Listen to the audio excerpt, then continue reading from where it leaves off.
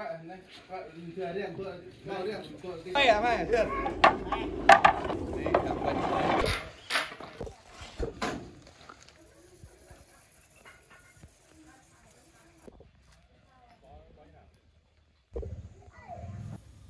chào các bạn. Lúc này thì mình với bố mẹ mình dọn cối ra khỏi chỗ dưới cầm nhà đó mọi người, để mà dỡ nhà. Cối đó tượng trưng cho người già. Ngày xưa thì nhà nào có nhiều củi tốt nè, chất đầy đó, người ta sẽ nói là cái nhà đó có điều kiện. Trữ khá là lâu rồi, mấy chục năm rồi. Măng cây vẫn bị phọ ở đây. Cái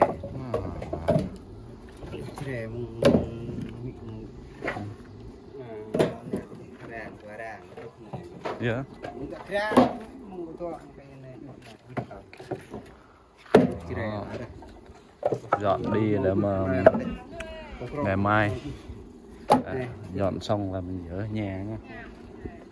Mai chắc dỡ, hôm nay dọn đóng củi này.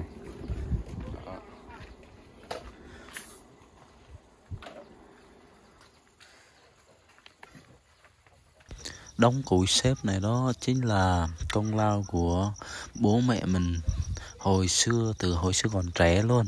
Hai ông bà cùng đi nương rẫy, mang về từng ít cùi trên lưng, lưu giữ đến bây giờ luôn, để phòng về sau khi già mà không có sức khỏe để đốt lửa. Đây nha mọi người, hôm nay anh em sẽ đến đông đủ từ các xã kia gọi qua giúp bố mình dỡ nhà. Đó. Nhà này mình gắn bó rất là lâu rồi. Đây cái bông họa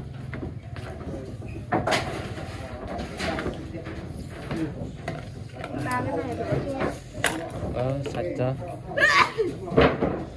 Bên này là bếp này.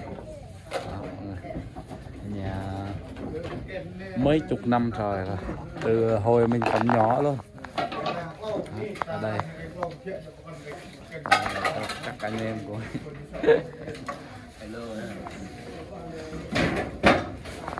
sáng thì ăn mì á, dưng ăn mì với cái gì đấy, mì không thôi, không có cái gì luôn.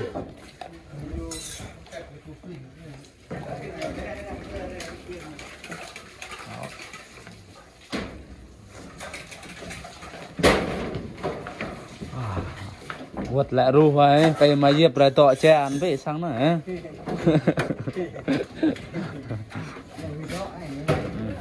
Khoai che khí này. Đó, ngôi nhà là như vậy đó mọi người. Bên trong đó hồi xưa ở 6 anh em, cả anh chị nữa, anh chị dâu nữa.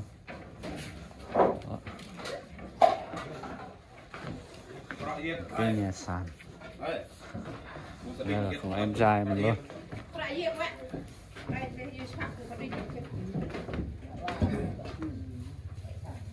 Đấy.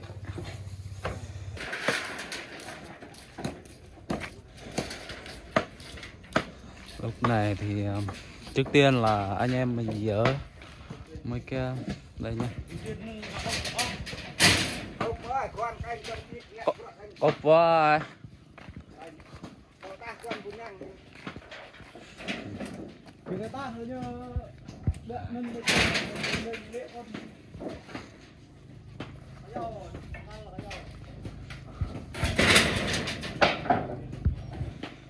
Hôm nay sẽ dỡ xong để mà người ta làm cái trụ mới luôn. Cái trụ này dùng nữa.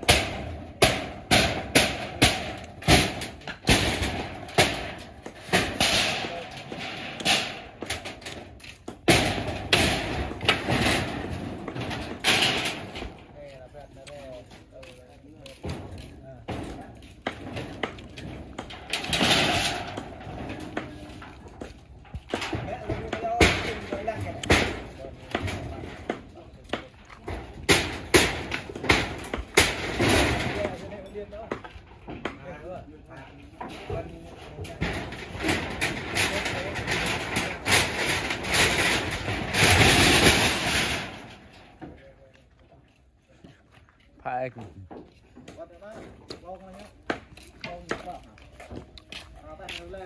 Như vậy là giữa phần cái cạnh nó xong rồi. Bây giờ xong cái này lên giờ mái ngói.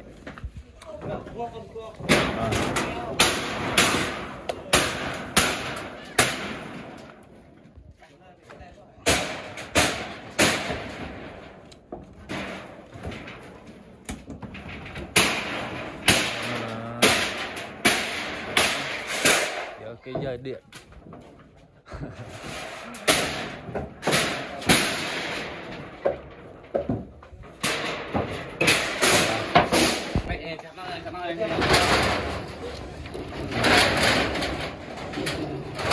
Đây là cái đường để mà lấy gạch này xuống nha mọi người. Để thả xuống vào cái tấm ván đó, tấm ván gỗ đó.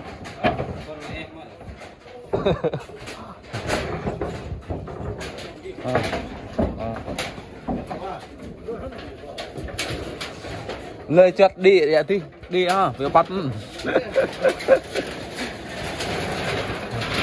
Mình nhát lắm, không dám lên trên trần nữa.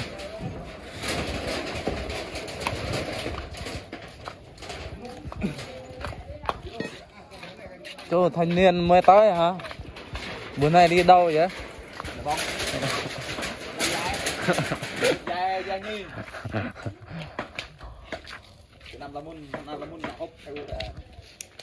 Đánh bóng trơn mà.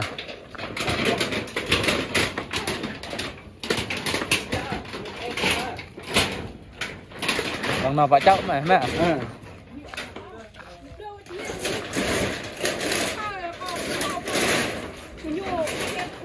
Bơ sốc nốt thì bị lên là của con thảo của nhưng nó có đằng ba ta đằng đằng bộ tàu con ấy nhỉ con ta ha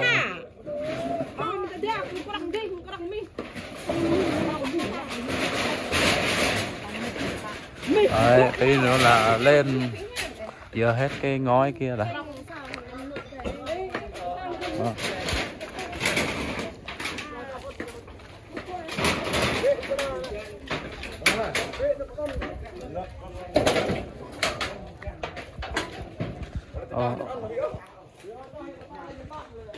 Đây, sẽ thả xuống từ tấm ván này nhá.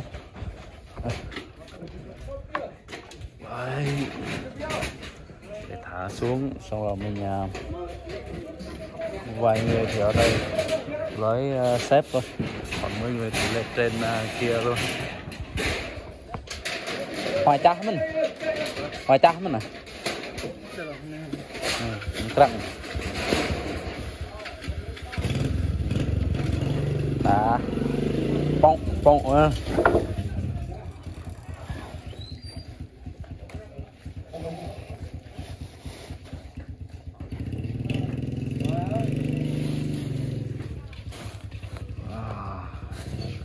chả chừng mấy chừng tắt lắm mấy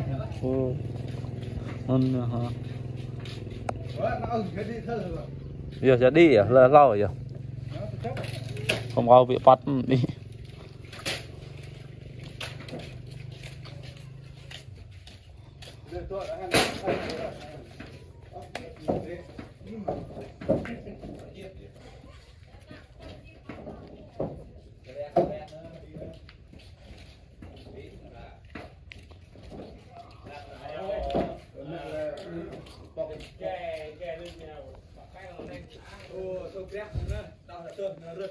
Nên cho hồi là cho răng tha lắm mô lắm rồi bây giờ thả xuống thế nào hoa mình là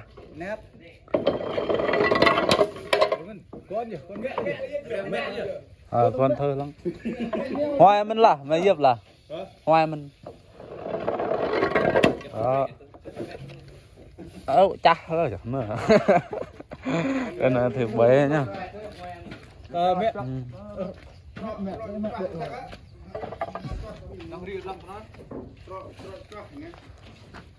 đằng tàu rang đó đi vậy thì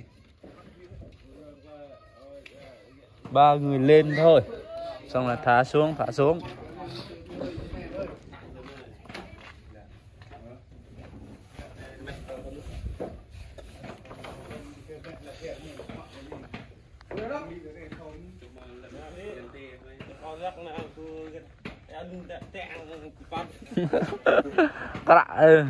Rạ cây không nghe chọc về một cây về một hai cây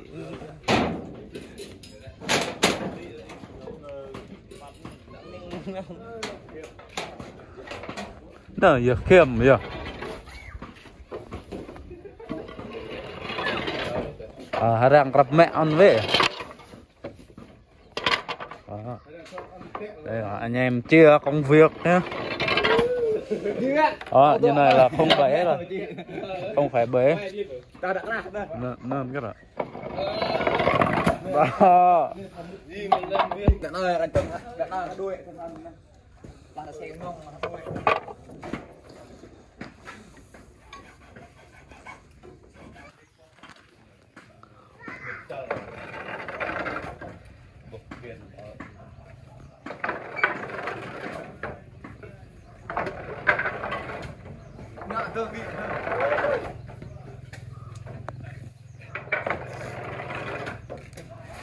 Hết rồi, ta ra tụ đã la lừa đi đằng lao rang đây, lao rang đấy,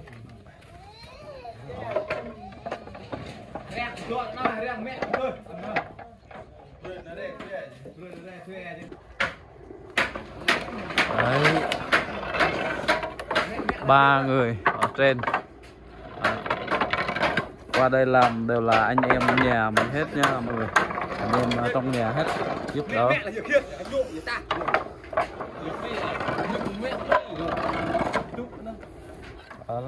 Tụ ta tập cho đã ôn bị tụ nó cho nó. Đây là em trai Dưng mệt mong playa nhà rang lại.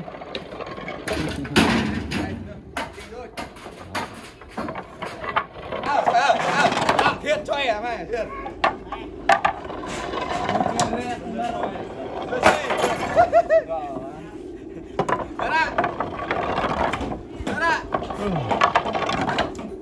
Còn camera quay mà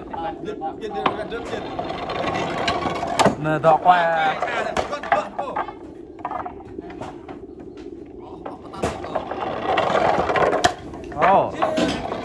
mẹ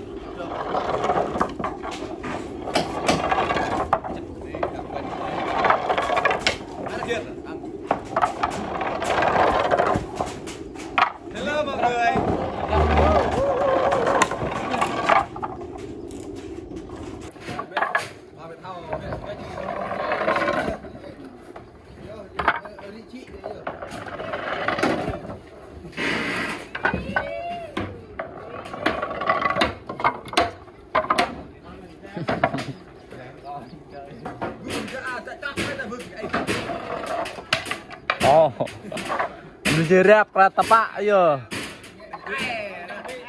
tapak tôi ạt lại giờ đó, cho hai cái nó đều, nó không văng ra được đó, on đúng bài. Một ngày anh em mình làm đây.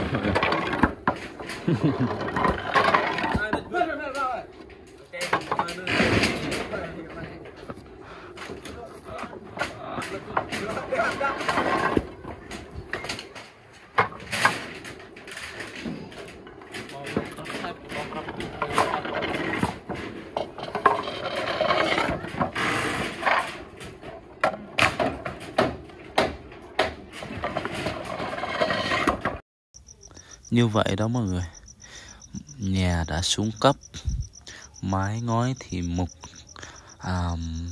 trụ thì không vững nữa, cho nên là gia đình mình cùng anh em dỡ nhà làm lại cho nó kiên cố nha mọi người.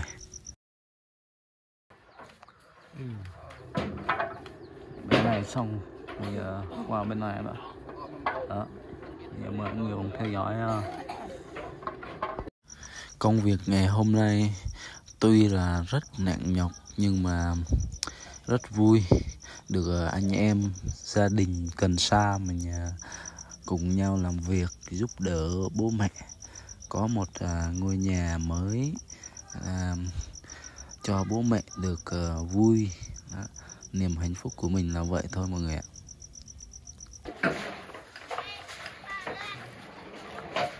Bây giờ mình sẽ xem đầu bếp nha, ghé qua chỗ đầu bếp họ làm món gì đây.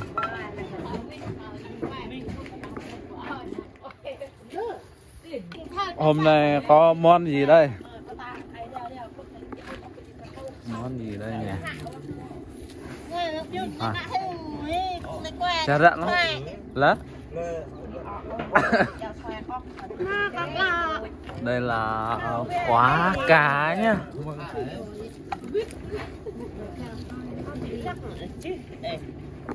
Bởi nhô lắc mà. Đấy. Đây là thịt gà. Hôm nay sẽ làm một cái món này. Thịt gì đây? Thịt bò. Thịt bò. Chanh bò. Thịt chanh bò. Thịt bò nóเป็นเชงคิดน่ะยำม้อนอ่ะ Nhà nó rồi. Thịt lẹ. Không bò. บนเราเนี่ยต้องเชงคิดนี่เหรอ Rồi, yeah, nó sẽ chắc cái.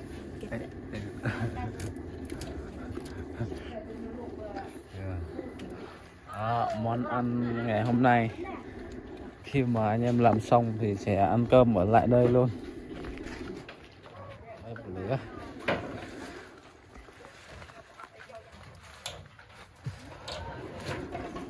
Đấy.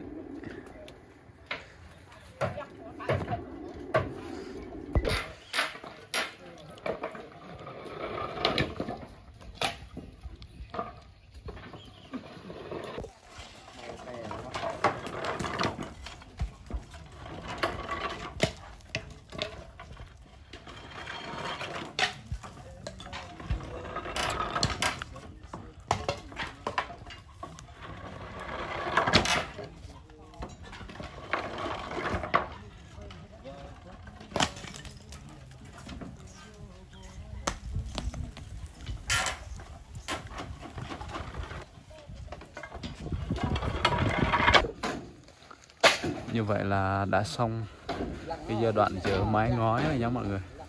Bây giờ là dỡ mấy cái tấm ván nó. Xong cái đó nhổ trụ.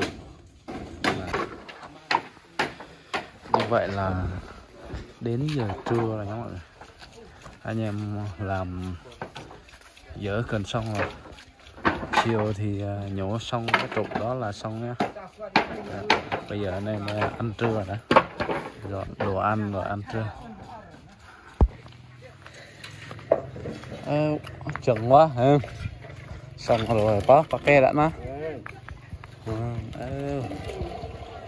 Sang cái vị mò rồi. Còn tất kề.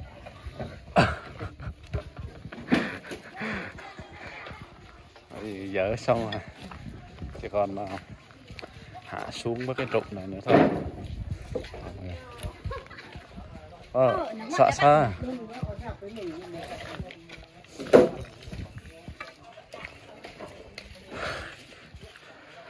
Cả một buổi sáng mới xong.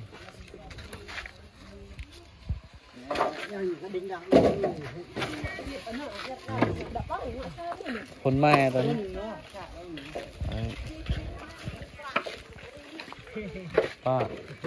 Chụp lại tơ.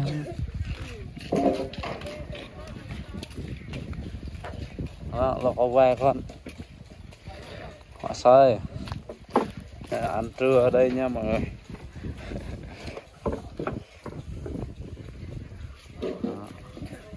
đây dưới gốc cây me này, rất là mát. Đây là món đầu tiên nha mọi người, món gà với cà đắng, thịt gà với cà đắng nhé.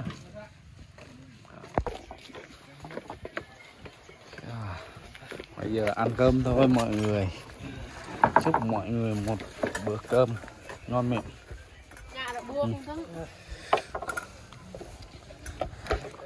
Lấy một cái chén mà.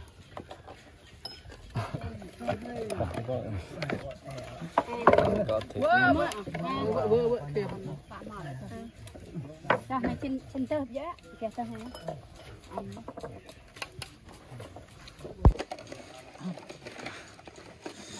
Mời mọi người.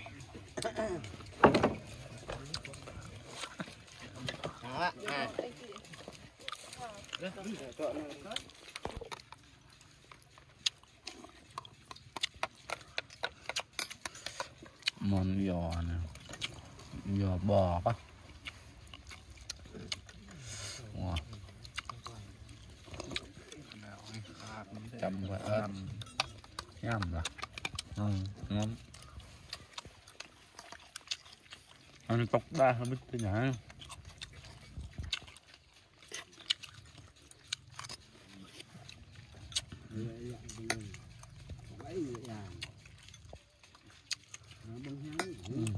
Ngon á, ngon á.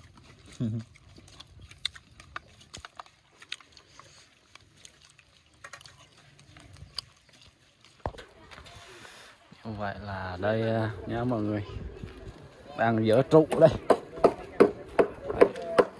nhổ được mấy cái rồi.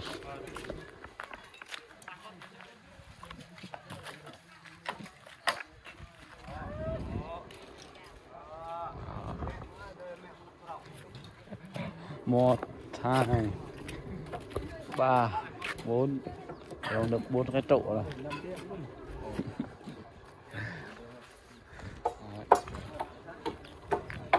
Mời mọi người cùng theo dõi nha. Bây giờ mình tiếp tục nhổ trụ đây. Lúc này thì anh em mình tập trung nhổ mấy cái trụ nha mọi người. Một cái trụ thì mình đào dưới đất nó sâu tầm 1 mét mới nhổ được nha. Xong thì 5 người nhổ và khiêng đi. Ở dưới cốc thì mình sẽ cột với dây con loa của xe máy, của máy nổ chứ. Đó mọi người, như vậy là đã nhổ xong nha. Mấy cái trụ đó đã nhổ xong hết rồi. Mình xin dừng video tại đây. Hẹn gặp lại mọi người trong các video tiếp theo nha.